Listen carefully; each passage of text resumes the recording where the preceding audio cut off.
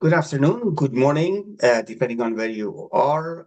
Thank you for joining this uh, panel on climate finance. My name is Mertat Hariri, and I'm the CEO and President of Canadian Science Policy Centre. First, allow me to acknowledge the land I'm talking to you from, Newmarket, Ontario, the traditional land and unceded territory of the Indigenous peoples on a place that is now called Newmarket. Indigenous peoples, including the Venda, Haudenosaunee, and Anishinaabe peoples. We recognize their long stewardship of the land, and we are grateful to have the opportunity to work here. We at the Canadian Science Policy Centre present the virtual webinars on important topics that touches every Canadian's life. Environment, of course, is an existential threat to our planet and certainly have impacted the lives of Canadians, and especially ahead of the important conference, the most important climate fund conference globally, COP30, which is taking place in almost a month. We have put together a panel on climate finance and to discuss this important issue. Today, we have impressive lineup of speakers from across the countries to discuss this very important topic. Without any further ado, I want to ask our moderator to join me at the virtual stage, Ms. Fatima Sayed. All the panelists' bios are posted online, but Ms. Fatima Sayed is the Ontario reporter at Narwhal, a Canadian investigative online magazine that focuses on environmental issues. She is a Mississauga-based journalist and was the founding host of the Backbench podcast. She has a long CV, but just to point out a few things on her resume.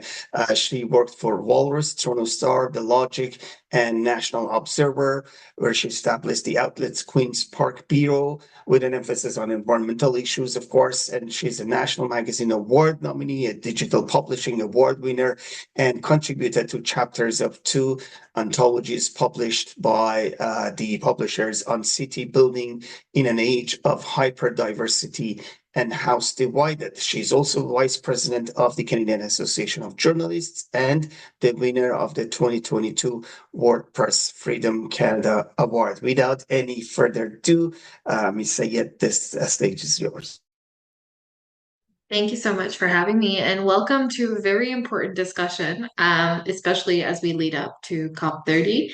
As an environment reporter, I will be the first to say that, for all the commitments that we make on the world stage and even locally at home, whether it's in our cities or as a country, none of it will actually be achieved if the finance doesn't flow. So I'm really excited to learn from our panelists today, and hopefully it'll be a useful conversation for all of you too. Throughout this conversation, we're going to be taking questions through the Q&A box in Zoom. So if you look at the bottom of your screen, you'll find it. Feel free to drop your questions as the conversation is going, and we'll be sure to try and get to them. You can also use the chat to talk to us, get general commentary, any thoughts, anything that comes to your mind in your own work. Please feel free to share. We'd love to have as engaged a conversation as possible. So we've got a massive panel, and they're all very, very cool people. So I'm going to introduce them one by one so you can get to know them. First up is Sebastian Postic. He's a research fellow in public finance at the Institute for Climate Economics. Joining us too is Michael Bonser. He's the Associate Assistant Deputy Minister of Strategic Policy and International Affairs Branch at Environment and Climate Change Canada. Susan McGeechee is the Climate Response Advisory Leader for the Middle East at Jacobs and the Board Chair at Global Climate Finance Accelerator. Mahlet Melki is the Senior Associate with the Climate Finance Access Network. Jason Taylor is the founder and managing partner at Climate Finance Advisors. And finally, Olaf Weber is the CIBC Chair in Sustainable Finance at the Schulich School of Business at York University. Thank you all for joining this amazing session. To start, we're gonna set the conversation, and who better to do that than Sebastian, who's gonna tell us a little bit about his most recent findings in a paper he just published titled From Headline Trillions to Actual Millions: Climate Financing Needs Estimates in the Age of Implementation. So, Sebastian, over to you. Thanks a lot. I'll try to share my screen. Let me know if it works or not. Um, is it okay? Can you see it? Yes, we can see So, it. okay, perfect. So thanks a lot, and thanks for the opportunity to speak at this very interesting looking panel. I'm looking forward to the discussion we may have later here, and I'm charged with or tasked with the huge task to frame the discussion. I'll try, as you mentioned, to do it based on some research we're having at the Institute for Climate Economics on financing needs estimates. And I'd like to start with the numbers that are here on the screen and reminding you that actually the title of this event is beyond the 100 billion promise, but we are already past this promise, both like in on the ground, since like 2024, the 100 billion promise has been made reality in terms of the flows directed from the north to the southern countries, and also in the new commitments taken at Baku, which agreed out of the COP discussions that the new collective quantified goal, which is the technical name for the replacement of the 100 billion promise, has moved from 100 billion to 1.3 trillion with a core target of 300 billions. So now well, there's some scope debates I won't enter into here, but basically developed countries agreed to now increase the initial target of 100 billion to 300 billions, and also to strive to mobilize public and private sources towards 1.3 trillion dollars. What we try to understand at the Institute for Climate Economics is how these numbers are made and what they mean and how they can be now implemented, because that's a huge step in ambition. And actually, this impressive step up is now put to the test. The delegates at the end of COP29 in Baku last year in December agreed that they had 1 year to find on how to transform the commitment of 1.3 trillion into a credible roadmap to these 1.3 trillion.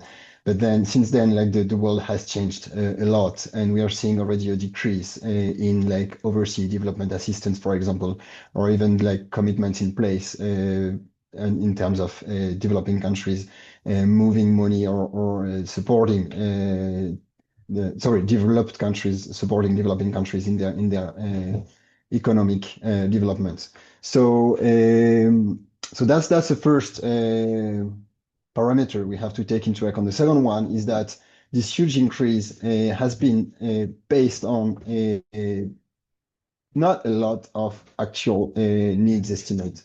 So there's a kind of a disconnection between the top-down commitment and rush towards ambition, which is obviously badly needed, and the estimates that and the needs estimate that could or should be guiding these discussions, and also should be guiding the later implementation on the ground of how to disburse or actually channel these like 1.3 trillion dollars, which is a lot of money. I'm putting here on the screen all the needs estimates that has been reviewed by the OECD in terms of developing countries' needs for climate action. And you can see that basically they span a range from 500 billion euros to 2.5 trillion, sorry, not euros, dollars per year. So that's 1 to 5 factor. A lot of uncertainty behind the headline figures that are discussed here. One of the reasons is that so far nobody agreed on scope and methodology of how to measure and how to report on how much money is needed. So we are basically negotiating on figures, but we don't really know what they will cover in the end. Not in terms of should we cover for mitigation, adaptation, sectoral needs only for energy buildings, the whole economy. Are we talking investment needs or financing needs, taking into account the cost of capital, incremental or total needs? Is it only like the top up for climate and the whole for example, of plants and so on? Is it only like climate-specific ODA or the whole development issue as climate is part of the sustainable development goals? What is the time frame and so on? What is actually a developing economy today? Because the landscape is moving fast here. The major question being where does China stand now as one of the major economic powers and still like in the middle ground in terms of half of its development? Are we aiming for still for like the 1.5 degrees Celsius, or are we already considering that we need to adapt to a 2 or plus degree warming world, and so on and so forth? And also like a view of the world on the growth, the discounting, the demographics, the tech cost curves, and so on and so forth. So you end up with um, a lot of how you just say that, like visions in those estimates that guide and need to guide the negotiation and the further of funds. So that's the first part. And if we have this like um, uh, this lot, I mean, this many estimates, it's also because you have to make many assumptions uh, because the country information isn't there. I've put here on the screen the country information that has been communicated to the UN and to the UNFCCC in terms of what the countries need for their implementing their climate commitments. And you're seeing like the big spheres are the needs stated, and the smaller ones are the need that have been coasted. So less than half, less than even like a quarter of the needs expressed by countries have, as of today, a price tag on them. So that's something we have to deal with, like a lot of bottom-up uncertainty that we need to patch one way or another to agree on huge numbers. And that's something that is getting in the way now that we have to implement the headline numbers that have been decided, where to direct the money, where cost of the needs that we are trying to answer. Something that is still pending as well is a narrative for France mobilization. I've put here like a comparison between one of the leading major needs estimates, a compilation of what exists in terms of modeling, and also like bottom-up needs estimates from a group which is called the high-level expert group on climate finance. And on the other side, the negotiation of the new collective quantified goal that I mentioned at the beginning. And you're seeing in the parts that have squared the role of basically public finance. On the left-hand side, public finance is making, I mean, the experts also agree that the needs stand at roughly 1.3 billion per year. But the part that should be provided by public finance is more than half the total.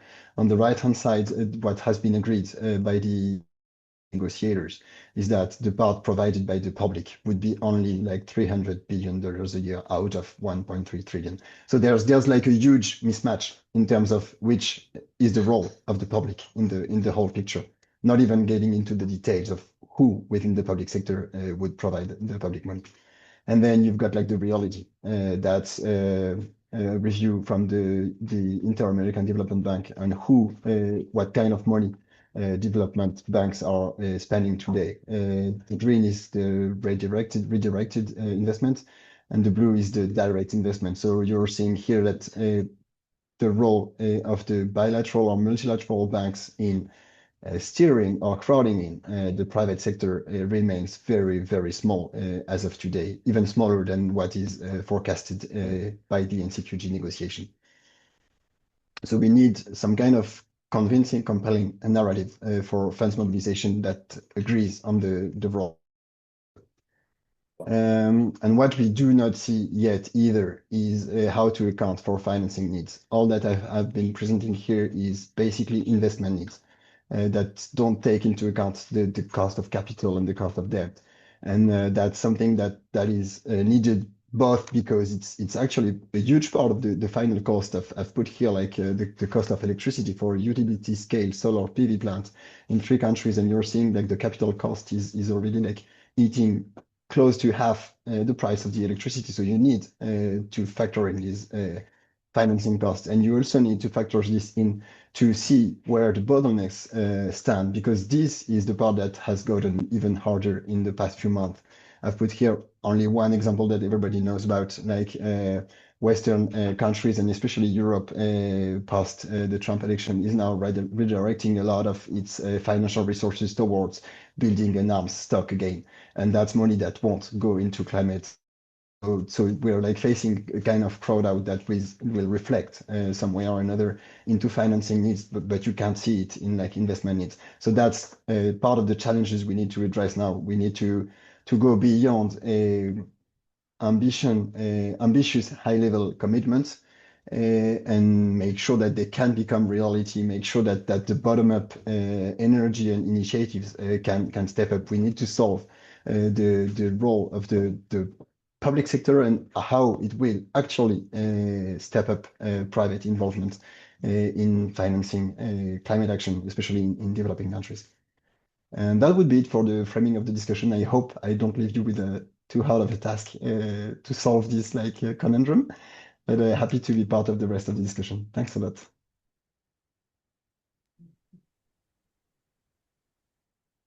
Thanks, Sebastian. That was a really, really interesting and very stark presentation. Just numbers that you highlighted and just some of the action items. It feels like a really, really hefty task. One of the things that I was thinking while you were sort of walking us through that is how do we do this, right? Like, how do we actually translate these numbers into concrete action? And I wondered if you could maybe unpack, you talked about the need for a narrative for the public sector. You talked about the need of working through the trade-offs of where money can go. How do negotiators take these numbers, or even people working in the climate space take these numbers and turn it into something that feels like action or heading towards action? I guess we'll have a lot of answers from a lot of people in the panel.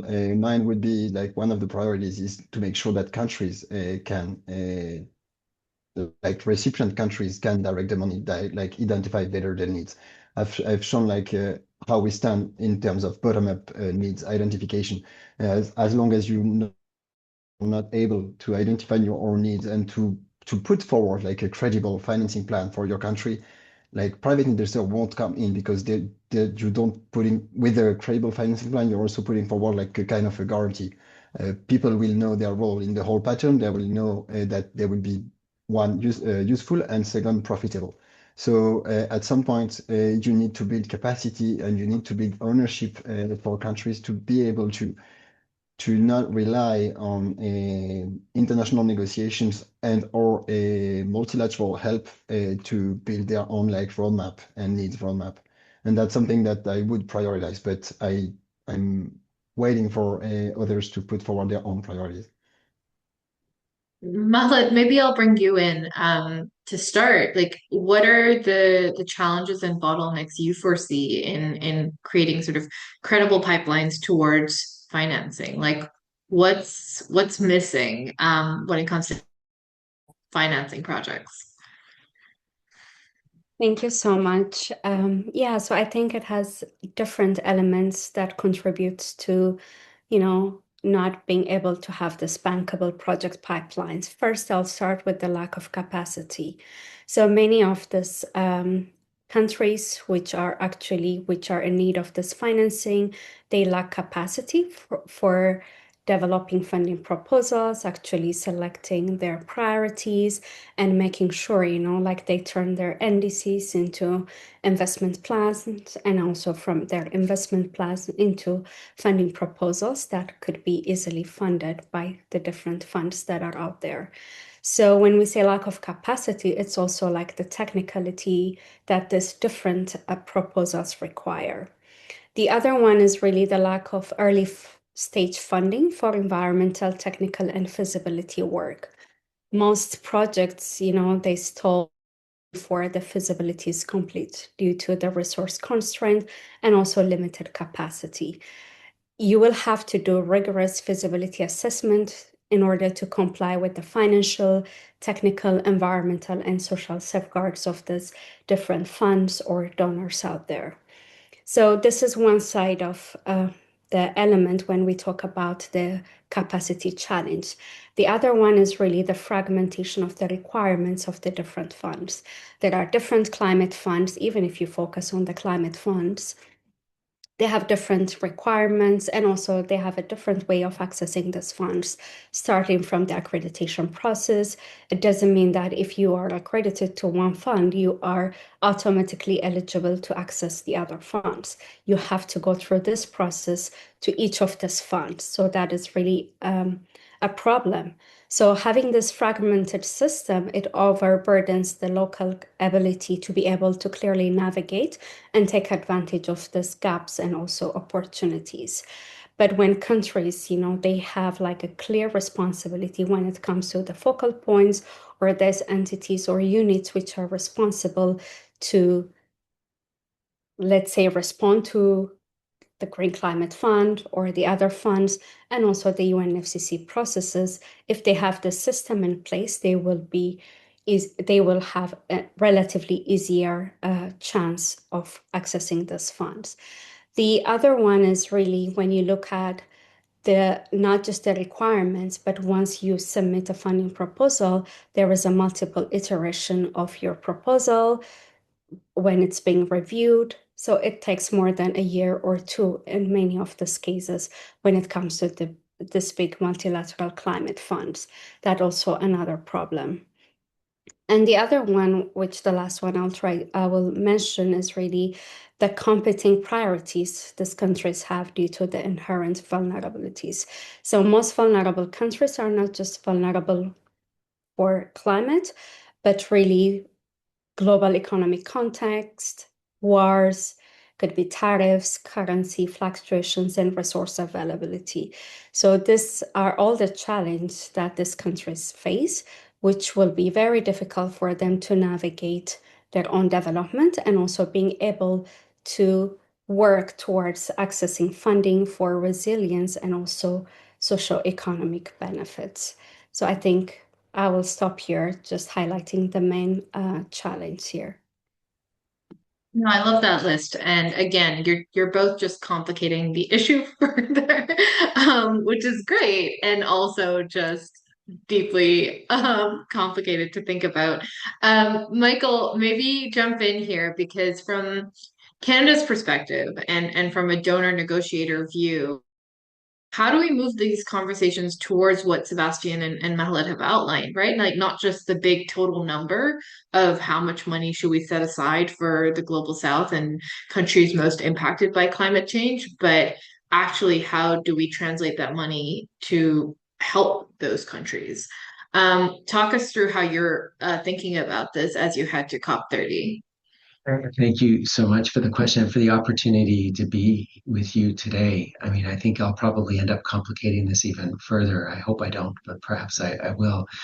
The NCQG was a really complicated negotiation. And for us, we wanted to get away from sort of a binary focus on the total, on the number. And some will see that as donor countries abdicating responsibility. It was never about that. For us, the decision, the NCQG decision, was more than setting a quantitative goal, but it really pushing us beyond the volume of finance and focusing more on the way it's delivered to ensure maximum effectiveness. I mean, as I was listening to Sebastian and Mallet today, a number of key issues have emerged right away. Needs identification and how we do that.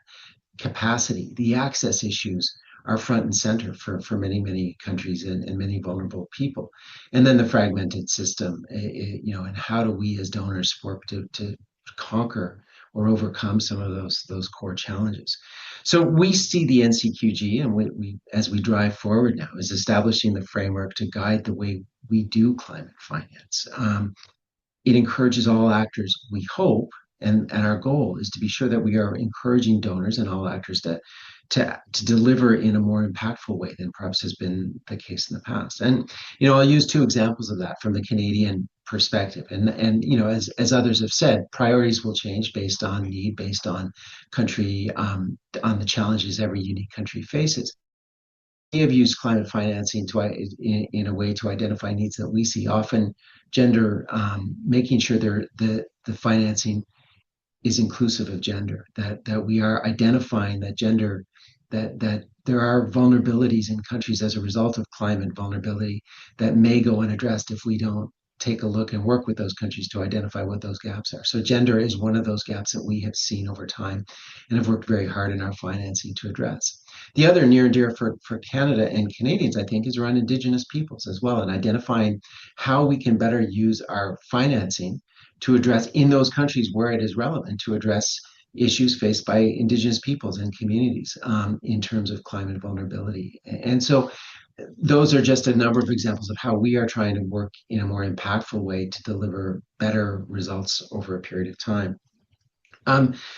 The NCQG also highlighted the importance of new and innovative instruments. And again, DEC was very clear around the fact that donors are not stepping, well, some donors perhaps have stepped back, but I think about one in particular. But the reality is that donors are working very hard to fulfill the obligations that they have made, to fill the commitments that are there. But we recognize, based on the needs, that there's no amount of public financing alone that can address the needs that have been identified. And so looking at new and innovative instruments, looking at ways to crowd in, we use the word crowd in the private sector, or mobilize private capital, we have to be better, more sophisticated at that. And I think that gets to the issue of fragmentation as well. And here, how do we use the multilateral development banks? How do we use some of the international instruments that we have at our disposal? The vertical climate funds is an example of that, the GEF, the GCF being core examples, to ensure that the programming priorities reflect the needs of developing countries and reflect the needs of people on the ground. And I think of Sebastian's initial point. The needs identification should be coming from those countries to whom the climate financing is being addressed. And I think we all have to pause and reflect and be sure that the system is working in such a way that we are confident that is happening. And then for us, for Canada, as we think about COP30 and as we think about the implementation of NCQG, and not just the totals and the amounts, but the impact, we are really focusing on capacity, building capacity and enhancing access. We think, many countries have said in the past, we are worried less about how the money comes, whether it's grants, concessional loans, as long as the terms are fair and as long as the access is clear, how we access the money is clear, and then we have the capacity to do so, we can utilize it in ways to address real needs in our country. And so we're really taking that to heart and trying to build systems. And as we think about the innovative tools that we can bring to the table, how are we going to ensure that we're overcoming some of those access and capacity building, and so we could create the biggest and best impact over a period of time. That's perhaps a partial answer to a really good question, and I hope it helps, and look forward to other questions in the discussion to come. Thanks for outlining that for us, Michael. Olaf, come join the conversation with us, and I'm curious to hear what you think about everything that's been said so far. And also maybe you could help us outline how you perceive what a pipeline looks like, where we can translate all of this money that, we're asking donors to set aside into adaptation and infrastructure efforts that actually help these countries. Yeah, thanks a lot for the question and for the great inputs that we heard before. So I think, starting responding to that question, the first is probably thinking about why do we need bankable projects? Usually development aid and things like, for developing countries, that's usually most see that as the official government grants that are used. But with all the figures that we have seen from Sebastian, and there's also figures on achieving the SDGs, the need is always in the trillions, and what can we get from public finances in the billions, maybe. So it's far away from what we, from what we need. And so I think that's the reason why we have to discuss to create bankable projects. It's not just grants. It's figuring out how can we attract private investors as well. And with private, I mean, banks and pension funds and whatever. So how can we do that? And so I think this is a really important question, because we don't have the public money to fulfill all the needs there. And so maybe a short answer is describing such project. It's impact plus revenue. So first, probably we have to talk about what is the impact of that. If we invest into climate change adaptation infrastructure, whatever that is, what is the impact on climate if we want to mitigate, or on adaptation, if you want to adapt? So I think that's the first thing we have to think about.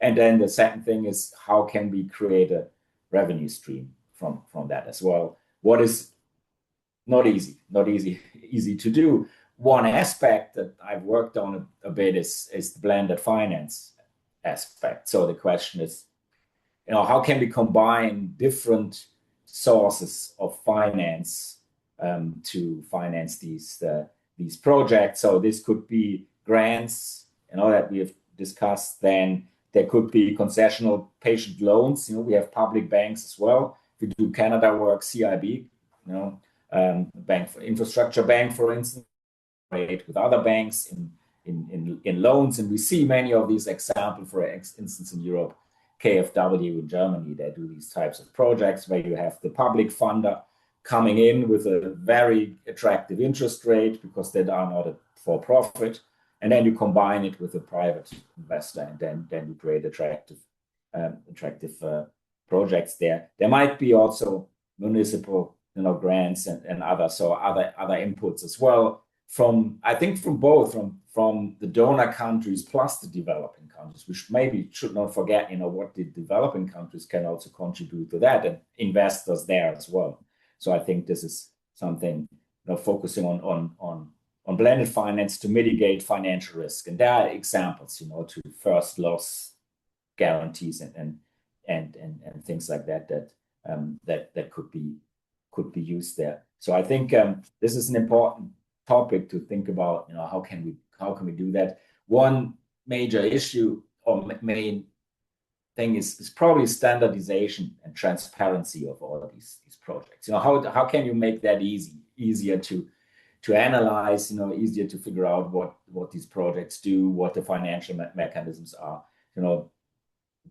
We have we are working on a transition taxonomy in Canada, maybe something like that, adaptation taxonomy, something that you can see, okay, this project, fits to certain standards, and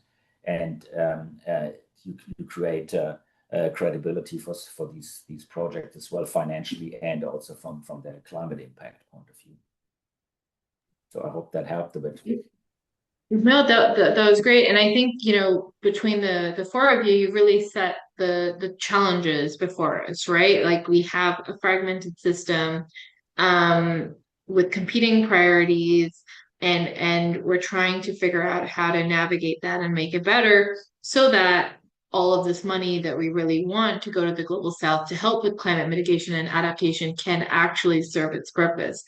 So now the question is, how do we do that, right? Like, how do we actually get there? And hopefully this conversation will flow more and more into solutions for our audience. Mahlet, you touched on this a little bit. What are the top 3 access barriers you see when you're working with small island developing states and the least developed countries?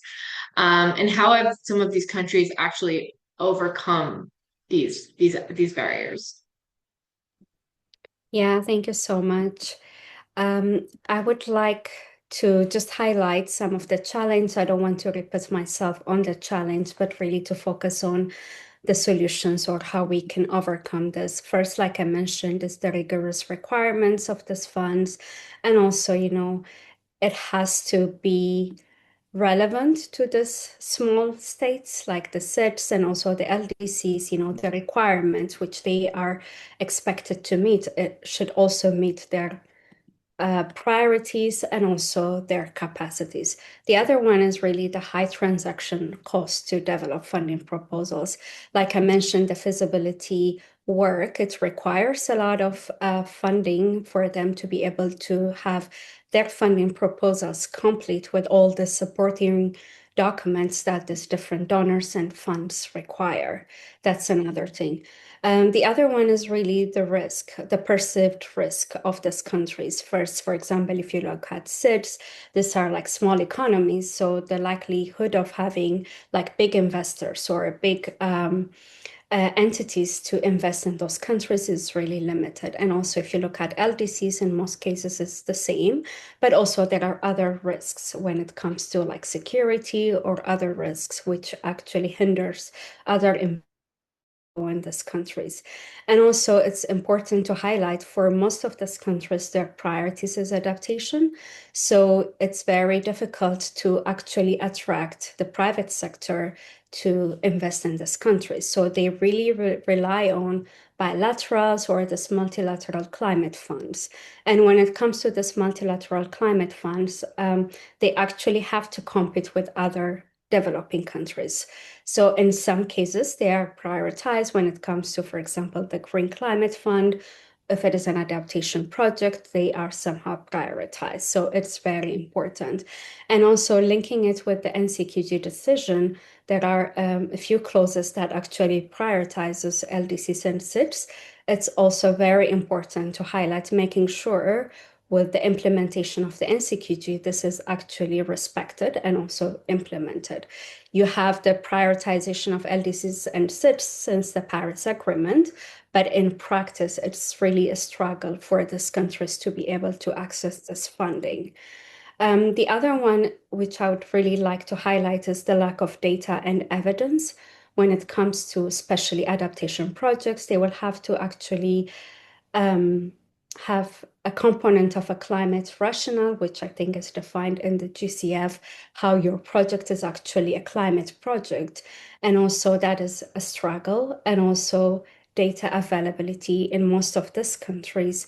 For example, a war-prone country or a country that has been in war for the last or maybe 30 years, they will not be able to have this data, which these funds require a 30 years climate data to back their funding proposal. So these are really the realities of these countries, which these funds need to take into consideration when reviewing their funding proposals.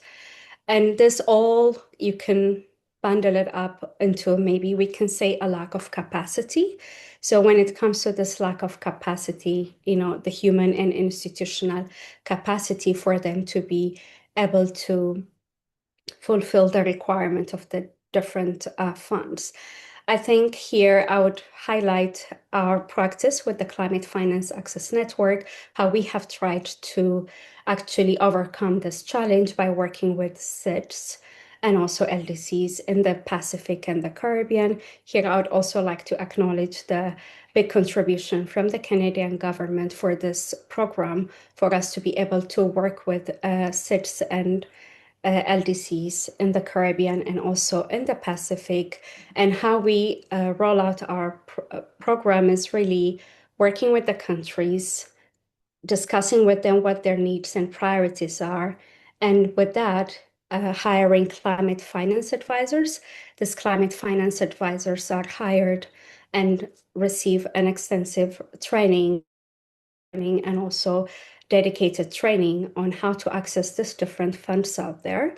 And these finance advisors, they sit or they are embedded in the government institution as per the request of the governments in which institution they have chosen to. It could be Minister of Finance, Environment, or other entities that are responsible for developing funding proposals. So our advisors have been working very closely with the governments and making sure their priorities are reflected in the funding proposals that they help design. So you would have a lot of concepts or ideas, but really turning those ideas into funding proposal is the main challenge. So these advisors have been very successful in the Caribbean and the Pacific. So we have about 20 advisors between the Caribbean and the Pacific, and they are working on a pipeline of $2 billion projects. So this includes funding proposal that is still stage and also submitted. And so far they have actually secured about $150 million. And I think I would also like to highlight technical assistance is also very key to unlock this pipeline. When we say technical assistance, it's really to help them with this feasibility work, with the gender assessment, and also the financial models that would have to accompany this funding proposals that will be submitted to the funders. So this is really one example of how we are trying to work with these countries to be able to access funding from the different funds out there.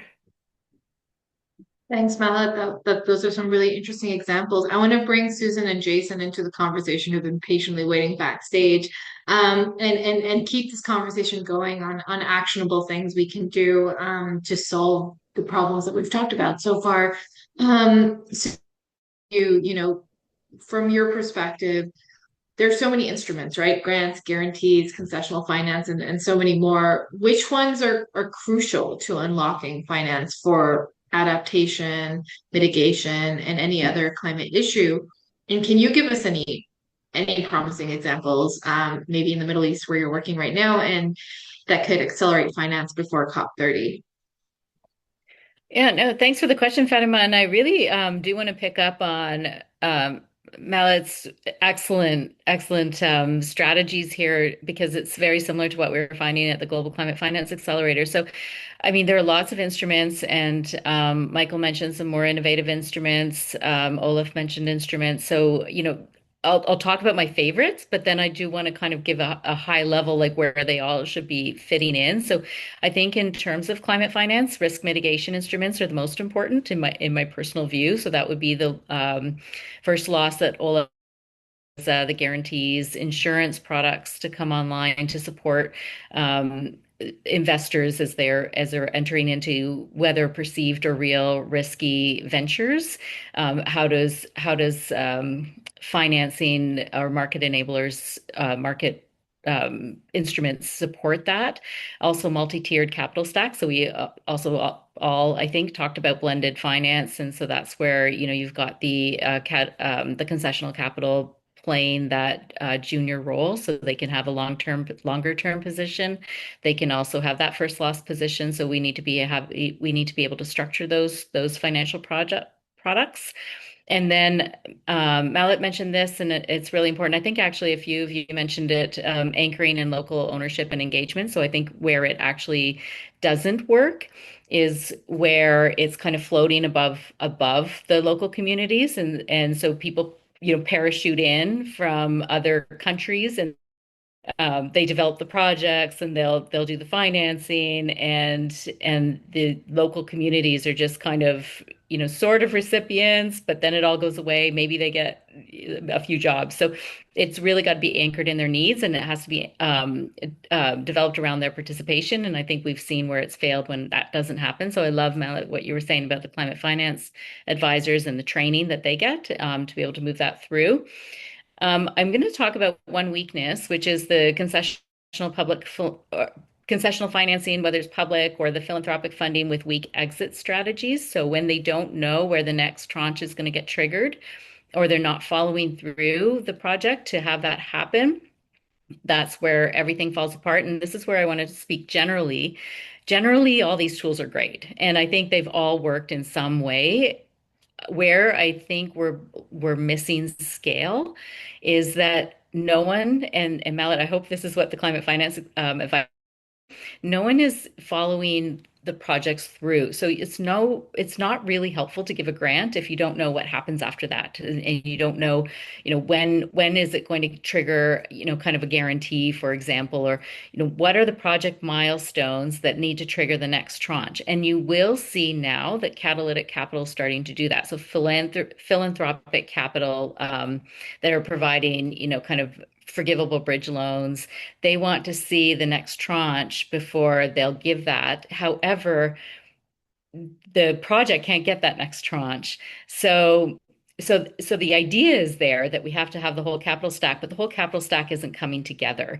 And so you need the private capital players in the same room as the government, as philanthropy, so you've got your kind of concessional capital players, and then you've got your private market players, they all have to be in the same room, and the capital stack for the projects have to be developed right from the beginning so that kind of concierge following them all the way through. I know that's hard, but otherwise they're not going to get to where they need to go.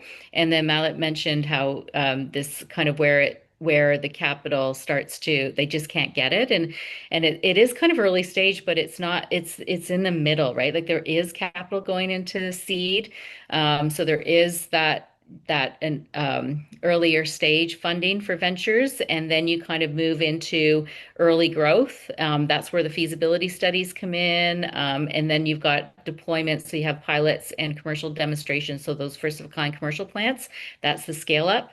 No money there. And so you've got all this money kind of going into clean tech, and then when they start to move to, kind of a stage of growth, it starts to become riskier, and then there's no money. And then you get to wherever, when a project goes to, kind of late stage, or even, sort of late growth, risk, and the capital comes back. So you've got this missing middle here that really could be addressed with catalytic capital that's not coming in at scale there yet. Thank you for bringing that perspective, Susan. And I am curious because it is like a all hands on deck kind of situation. So Jason, this is a perfect segue to bring you in, because from a capital markets perspective, what do we need to attract institutional investors at scale to do more of this work that everyone has identified?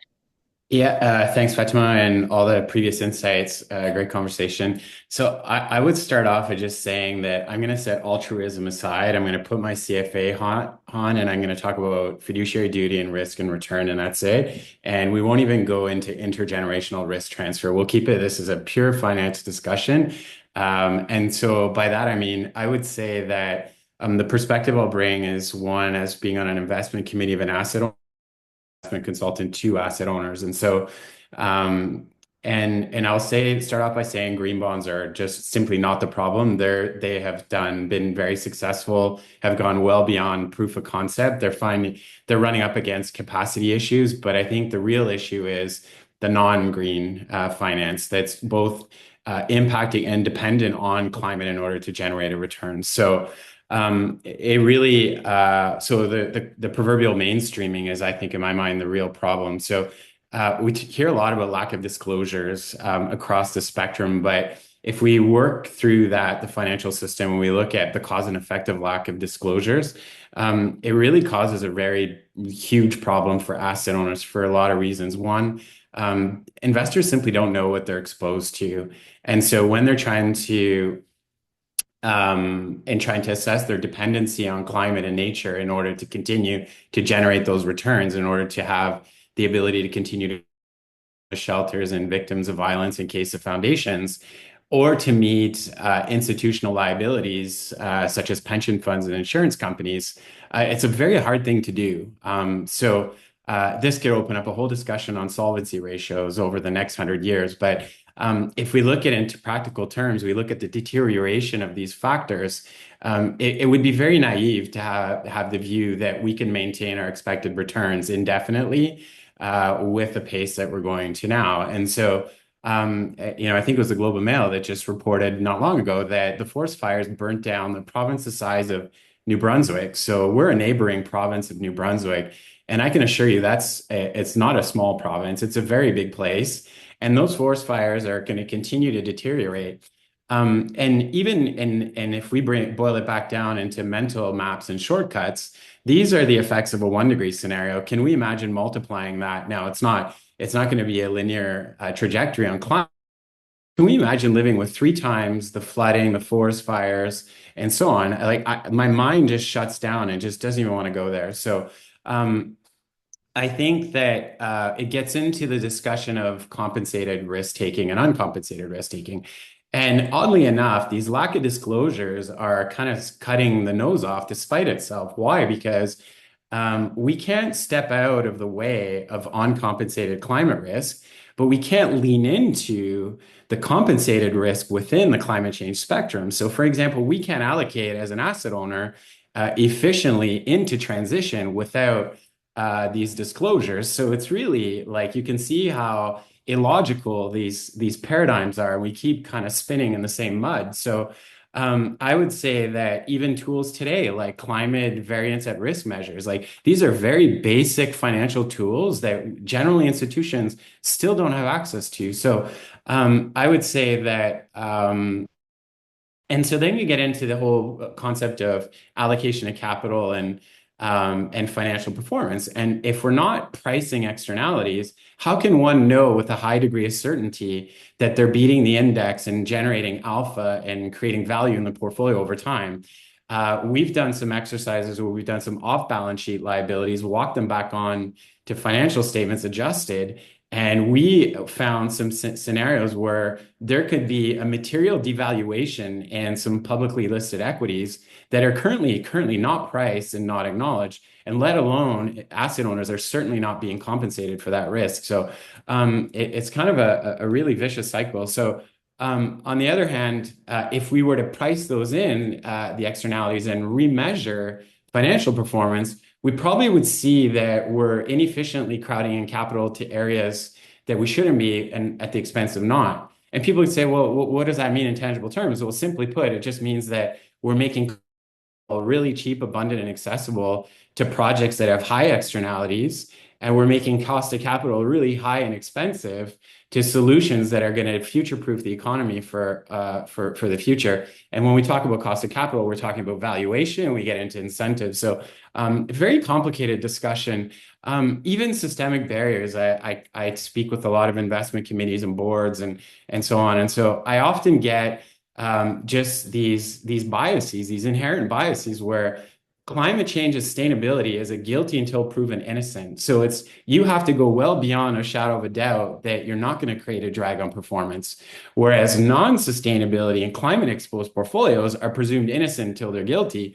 In reality, I have to remind often my students in the MBA program that a CFA MBA program that the largest bankruptcies in history have been non-sustainability companies. Obviously, my students now are too young to have owned a Kodak camera, but they do have who have.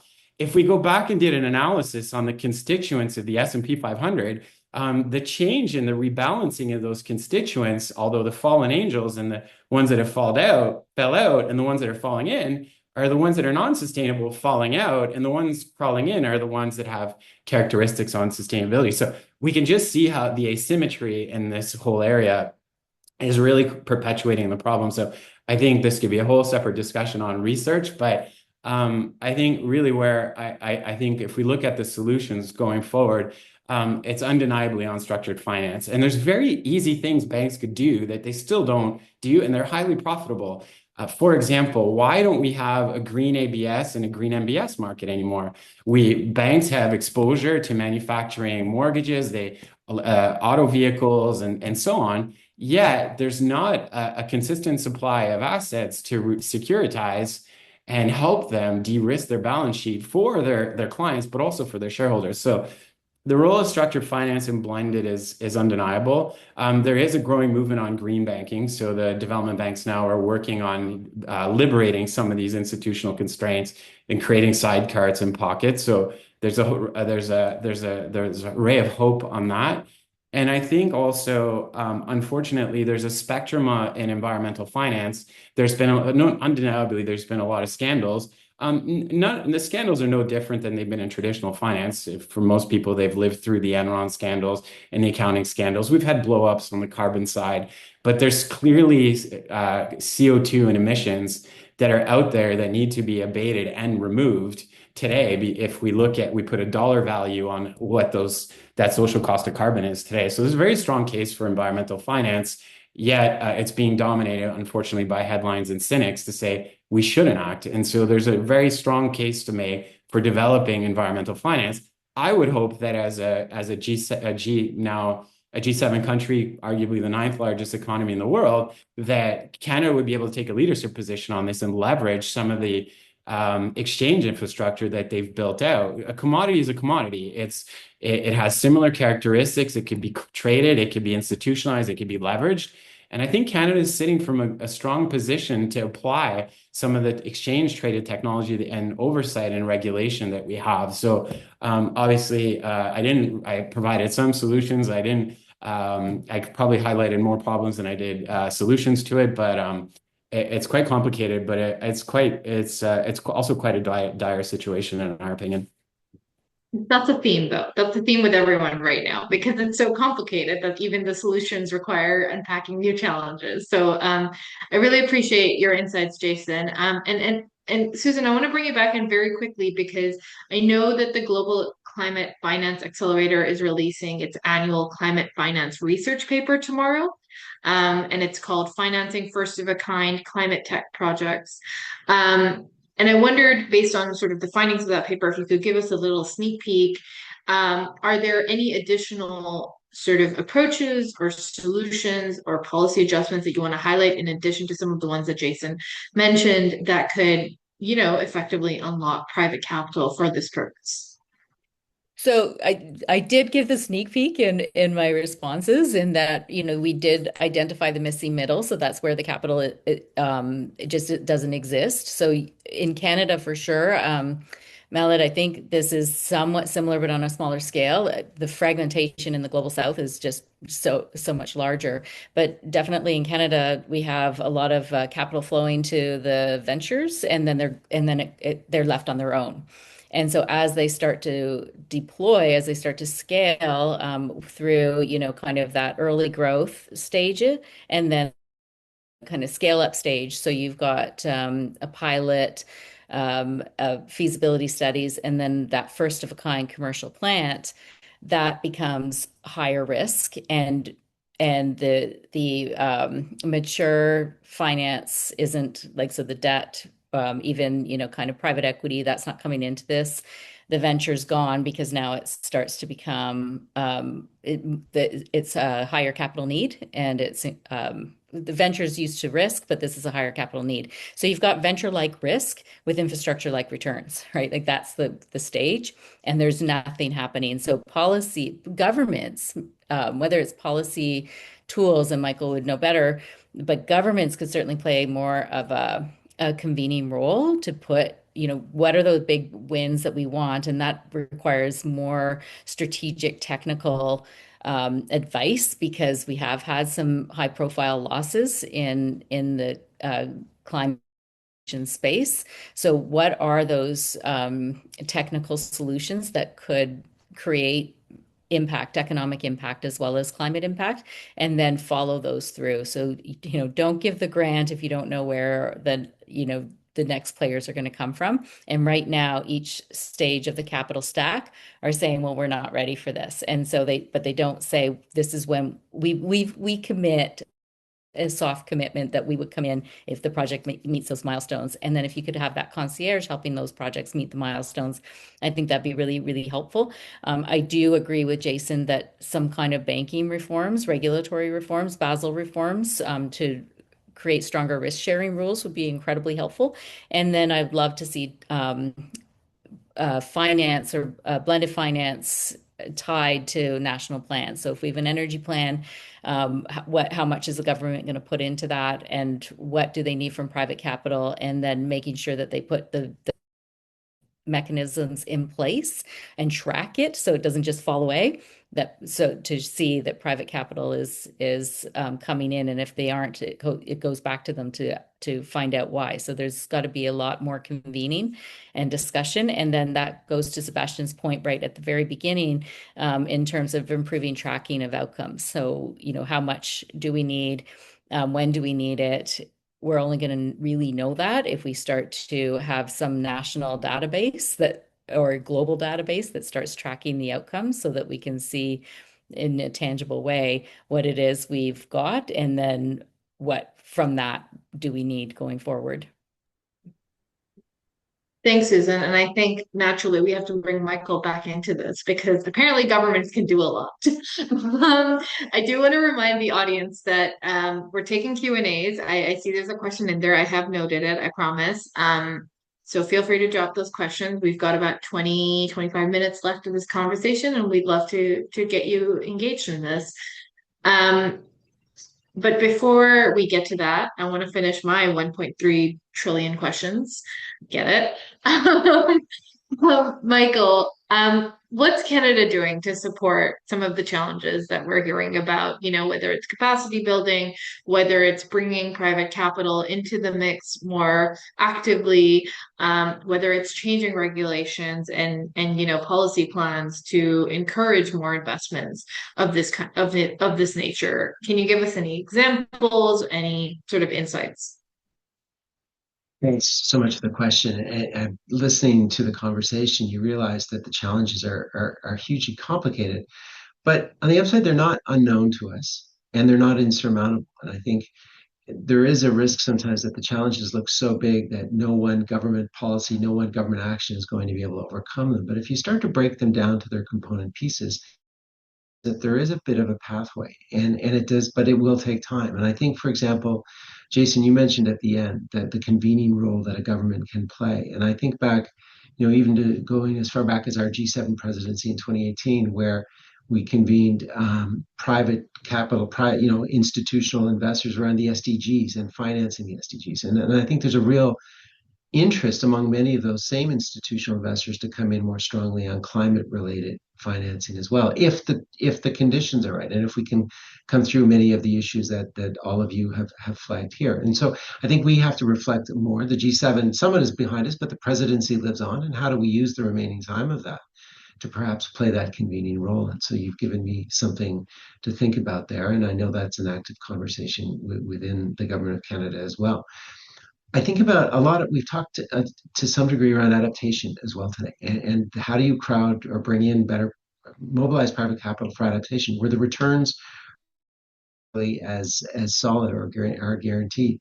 And I think some of the work that FinDev Canada has been doing around that, around trying to utilize blended finance or private capital mobilization through programs like Gaia, again, early stages, but really promising opportunity, because we recognize that adaptation is the priority for many countries around the world who don't face some of the mitigation challenges that a country like Canada would, but are suffering the real impacts of climate change day in and day out. And so how do we build on those sorts of programs and capitalize on the successes, but learn where it's not working as well? And I think, Mala, you opened today around the Climate Finance Access Network. And I would say, we've been very pleased to be a supporter of that work. And again, because we recognize that not every solution has to be hugely complicated either. And what you described, the capacity to build, the building capacity in countries in the Caribbean, for example, to develop strong climate funding proposals, train advisors and personnel in the practical skills to develop these proposals and fund projects,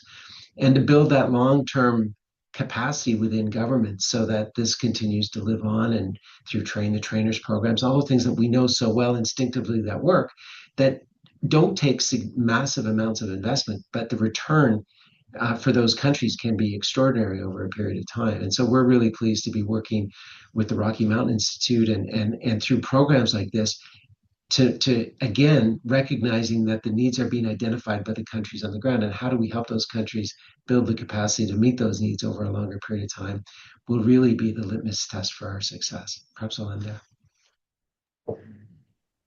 Thank you, Michael. I am just looking at the time and thinking ahead. I think we have time for one more of my questions, and then we go there. Olaf, I just want to bring you in. Very also maybe give your insights from a high level perspective on what regulations or frameworks could be changed to reduce a lot of the risks and institutional challenges that we've heard Jason, Susan, and even Mahlet, describe in terms of financing flows and stuff. Is there anything you're thinking about as you're hearing everyone speak?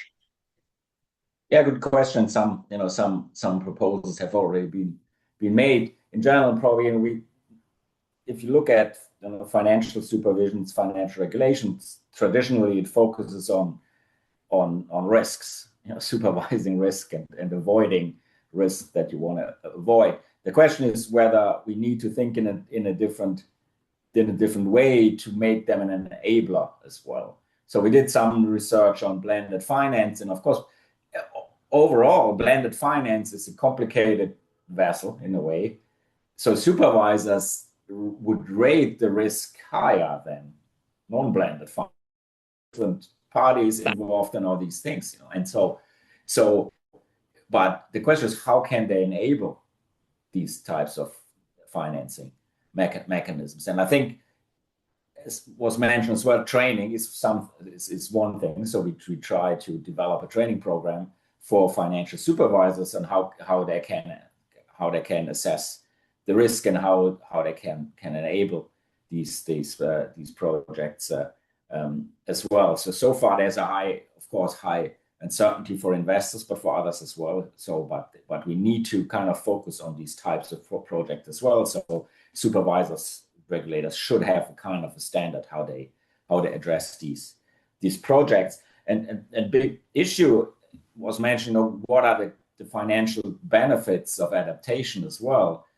Probably we need to change to kind of a full cost approach. There is definitely there is a benefit, and also financial benefit of using certain parts of land for adaptation against flooding and stuff like that. So there's a value of that. So the question is again, can we come up with supervisory guidelines how we can value these benefits as well, so that they are involved into the risk assessment. And I don't know, there's a lot of discussion about how complicated everything is. We have example in Canada, development NGO like MEDA works with Serona, that's an investment impact investor, and that works as well. And they do similar things. They do the tech support, the training, and then you have an investor that steps in or a fund tries to find investors for that. And interestingly, often they don't even mention the climate aspect or the development aspect of that investment. If you can create an investment that is financially interesting, then you might not even mention that it's climate related or not. It depends on what type of investor you have. So, but mostly, if you look at, I think, regulatory frameworks, what we need is we need frameworks that actually enable these types of finance, and not only try to, of course, we need to manage the risk as well. But the big question is, how can we enable these projects without creating additional burden to public, or to other affected stakeholders? I'm going to give a word to Sebastian, and I'm going to ask, we have got two really interesting audience questions and a comment in the chat that I want to get the panelists' response on. But Sebastian, you've been quietly listening and taking notes after giving your very helpful presentation that has framed this conversation. What has stood out to you so far in terms of effective solutions to bridge between, what has been promised and what is needed that you identified for us? It's been a lot. I've got a lot of notes, so it will take a while to go through them. But I would say I liked the point about this being complicated, and even in solutions bringing their own new challenges. I mean, that's also why it's interesting and why we're here. That's a great topic to work in and to work with. There's obviously a huge challenge because of the mainstreaming part that has been discussed. We have to reach across a lot of sectors, a lot of geographies, a lot of issues, and that what makes it also difficult to address. But in the end, it's daunting. It's kind of frightening also if you follow the curves, but it's also challenging and interesting, and that's something I'm taking away each time out of those conversations. That's the second one. I liked the point about having a concierge. I can share maybe a personal experience. For a lot of years back, I worked in rural electrification in Bolivia for a while, and I visited someday a project where European funds had been invested 3 years back, I guess, on a generator for just electrification. That wasn't climate related at this point. And the generator cost, I don't know even how much, but it had a small failure 1 month after having been installed, and nobody was there to repair it. And 3 or 5 years later, the same village applied for a new solution, and they had to buy and build a whole new solution just for the lack of someone to just maintain this whole thing. So we've moved past this in terms of, I hope, in terms of physical maintenance and building the supply chains and maintenance chains of projects. But we are in the middle of it in terms of building the maintenance and supply chains of financial support projects. So that's really something that is not over. We still need to work on that. So that's a very good point. And maybe on that, I'm also linking it to one point I made at the beginning and to the mainstreaming point, actually.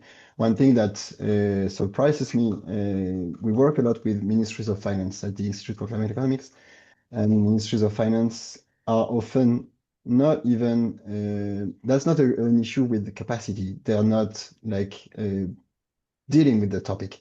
That's been for a long time an environmental or a political international policy topic, climate change, and it's only started like a few years back to diffuse into the ministries of finance, and that's where mainstreaming lies. I mean, that's the people able to actually mobilize and convene.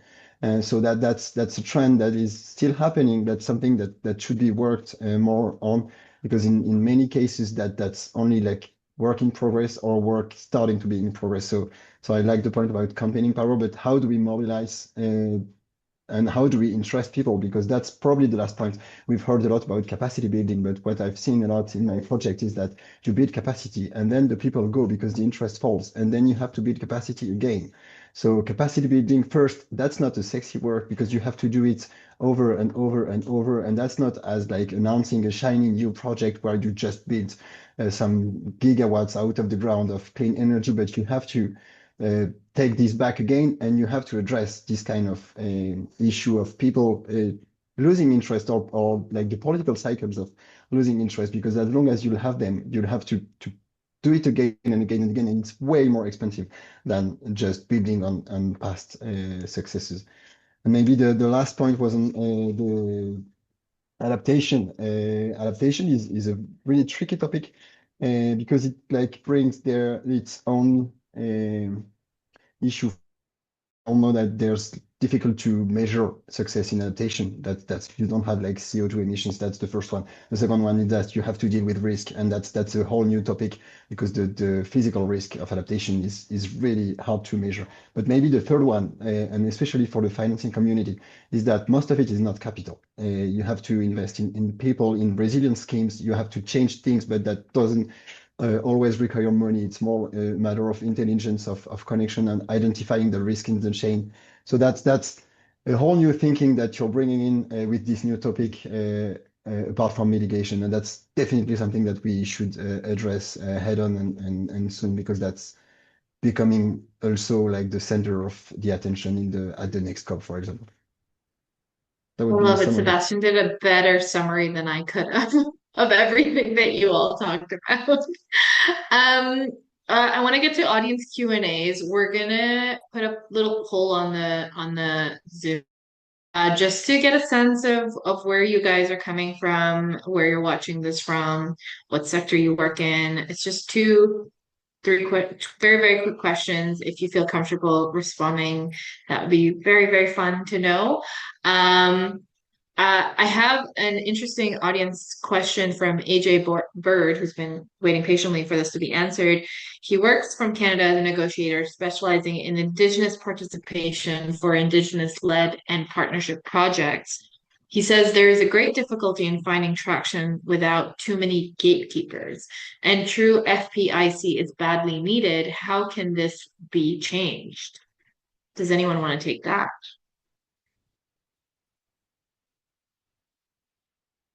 I'm so sorry, AJ Bird. I apologize if I said. I apologize. It's she. Michael, maybe you?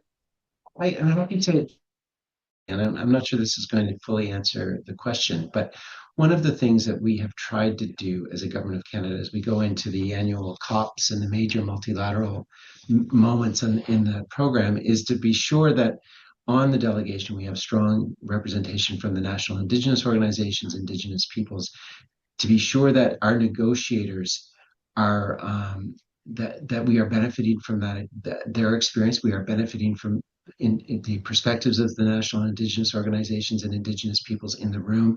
And I think it makes us better as negotiators. It ensures, at the very least, that we are truly representing the priorities and the positions of Indigenous peoples in the room, to know we are partnering in the moment, in the here and now with them, in those major sessions. And so it doesn't, I don't think it doesn't address the issue of too many gatekeepers, but it allows us to have a very unique perspective on the kinds of outcomes we need to get to, that perhaps allows us to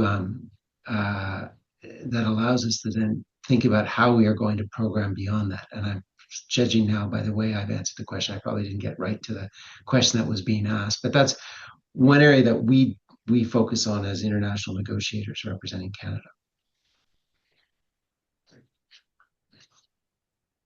Thanks, Michael. We also have a question from Sydney Williams, who says, what data and evidence is needed to integrate gender and equity metrics into investment impact assessments and to demonstrate the relationship to long-term financial returns? Which gender and equity indicators have shown the strongest link to risk reduction or enhanced long-term returns, especially in the Caribbean or SIDs generally? Mahalit, do you want to take a stab at it first?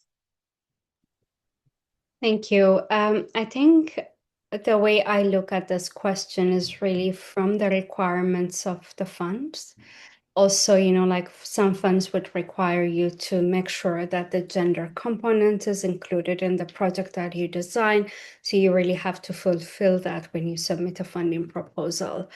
But also, I think one thing that is actually missing, I would say, is the equity component. There was a lot of discussion in the NCQG negotiations on how to make sure all these other elements are included. So there is some recognition of, like the Indigenous people. I mean, access is not just, money flowing from a developed country to developing countries, but making sure vulnerable groups, Indigenous peoples, and also others are actually integrated in the projects that you design, and making sure this money also flows to this vulnerable groups or other groups which are included. So I think it requires further unpacking this, what it means when it comes to the actual implementation and also design funding process. Does anyone else want to jump in? I mean, there are case studies where there have been success stories where the capital has flown to, say, a women-led initiative, and then you can show how financially successful it is. And so I'd love to point all of those out. I struggle with it because I don't think there is enough data. I will say, though, just as Alex said, I'll just highlight from some of the projects we worked on. It really does have to be from the catalytic capital side. So they have to have that as a requirement. So if you are going to have some carbon credit generation projects, you need to make sure that that the buyers of the credit are in some way rewarding projects that are developed by the local communities. So you need the catalytic capital, because otherwise markets are going to follow, like people are going to just follow free markets, right? So if you're coming in from a developed country and you've got money to invest, but you also want to generate revenues for yourself, I mean, you can maybe have some social strategies in place for yourself. But generally it has to be a will. So the catalytic capital, having that as a requirement, is what is going to change. And then if we can document the results, like Solar Sister in Africa, I think has been an incredible success story, I think, in terms of creating new business opportunities for women who get trained to go and develop the on-site solar generation. So So distributed solar. So it's a women-led company. Mallet, you were talking about the climate finance advisors, and they get training. I assume that's an equity distribution, redistribution. So, you can have those examples and then do the case studies. But otherwise, so far, I haven't necessarily seen where there's a financial case proven out in a general market term. But I welcome other thoughts in case I'm missing that. Thanks, Susan. Jason, you're unmuted. Did you want to jump in, or are you good? Very quickly, so there's a part of my life where I had to oversee these sustainability linked loans, and these KPIs would come through, and at times they were really questionable. There was some DNI washing clearly. I think the importance, I think, generally speaking, is to recognize diversity and inclusion in all its forms. Visible and invisible. So the way I approached the building of the sustainable finance team at two Canadian banks was to make sure that those barriers were taken down everywhere so that everybody had access to opportunity. And that it really became sort of a meritocracy and an abilities-based kind of decision, right? So and we were able to, in some cases, be able to integrate invisible diversity as well. So and ultimately, the performance of those teams, and this is clearly in a banking perspective, they in one case the team performed extremely well, and one university hired a researcher to study those success factors of why a Canadian bank with $1 trillion balance sheet can go from 70th in global league tables up into the high 20s in such a short amount of time. And so and quite simply, it was because we gave people access to those opportunities. If I could have hired sort of like the US behind the curtain without knowing who's behind the curtain, and I would just listen to the quality of the music, I would have done it, right? And so, and then we ended up by nature having a disproportionate amount of women. And it's funny enough because the women were not there because they were women. They were there because they came out of stacks of CVs that were very high, and they were just very highly qualified, successful women that had done the work. And today they're doing amazing things. They're structuring green deals all over the world, moving capital, provoking cultures, and they were really there based on merit. And so they would really find this conversation at times quite difficult because some people would say, oh, well, they would whisper they were diversity hire when it was purely based on merit that they were there. So I think we need to kind of melt these barriers and not also perpetuate some of the biases, for example, on the LGBTQ communities, right? They face certain biases, and then if the pendulum swings again,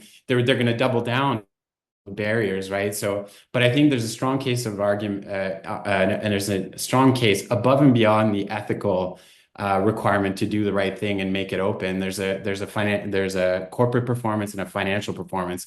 You simply make yourself available to far more abilities and backgrounds that enable you to take just simply better decisions. I can say from my experience on our team, we made better decisions on the team on what we would do and not do. And that translated into league table, would translate it into revenue, would translate into bonuses and promotions. So I think melting barriers and recognizing visible and invisible and continuing to fight against these, have the courage to do the right thing, even though maybe it may be unpopular, I think is a responsibility institutions and leaders and institutions have today.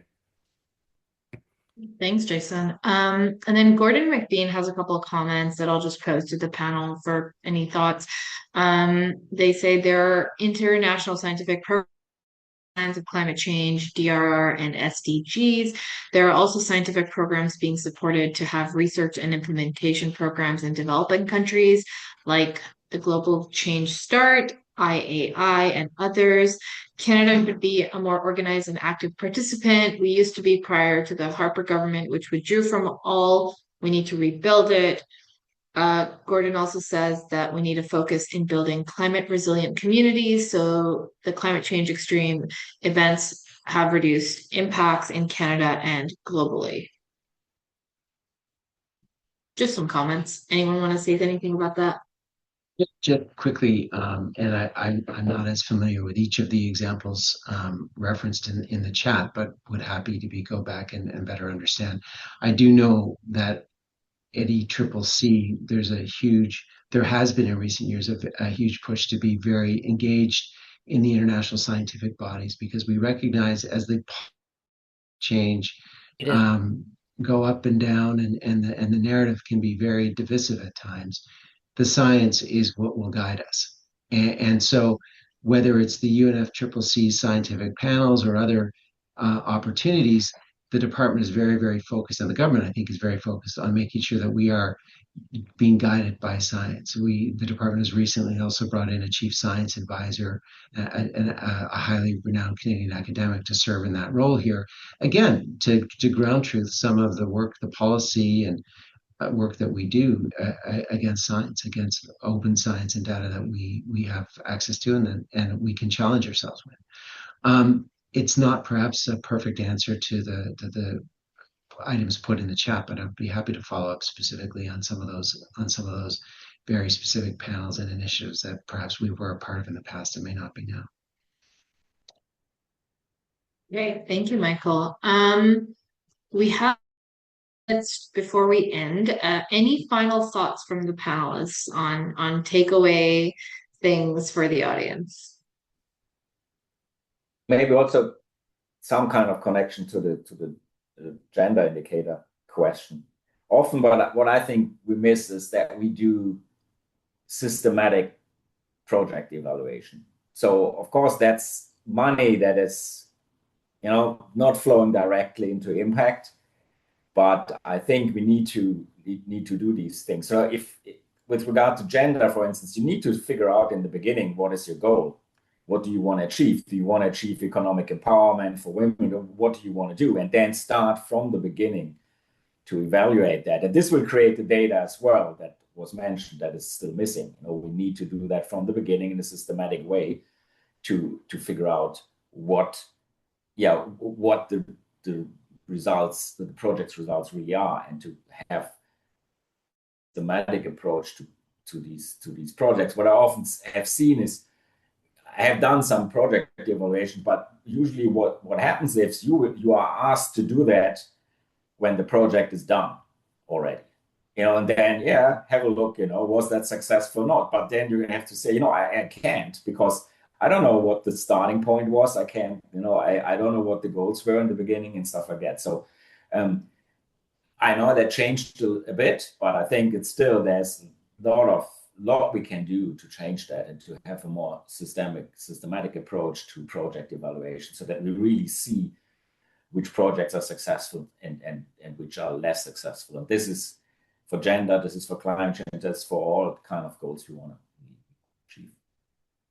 I love it, Olaf. You wrapped up on a very positive note, and I love when that happens naturally. Especially after a very, very complicated conversation about a very, very huge challenge. We've unpacked a lot, and I really thank you for spending your lunchtime with us on a Wednesday afternoon. Thank you to all the panelists for spending their time with us and sharing their insights. I know you've given us a lot to think about. I've also been making notes, maybe not as extensively as Sebastian, but I have been trying. And if you have any more questions, if you want to talk to CSPC, you can get in touch with them. You can also stay tuned for future virtual events. Check out their website and their social media for details on all of that. And yeah, thank you for having this conversation. I know it's very high level, but it's so real, right? My family's from Pakistan. We just had the worst flood ever, which I feel like I say every summer, but it's like next summer is the worst flood ever. And the idea of money and how it can solve some of the problems to mitigate those impacts is such a real challenge on the ground for countries around the world. So I thank you for giving us so many solutions to think about, and I hope you have a wonderful rest of the week.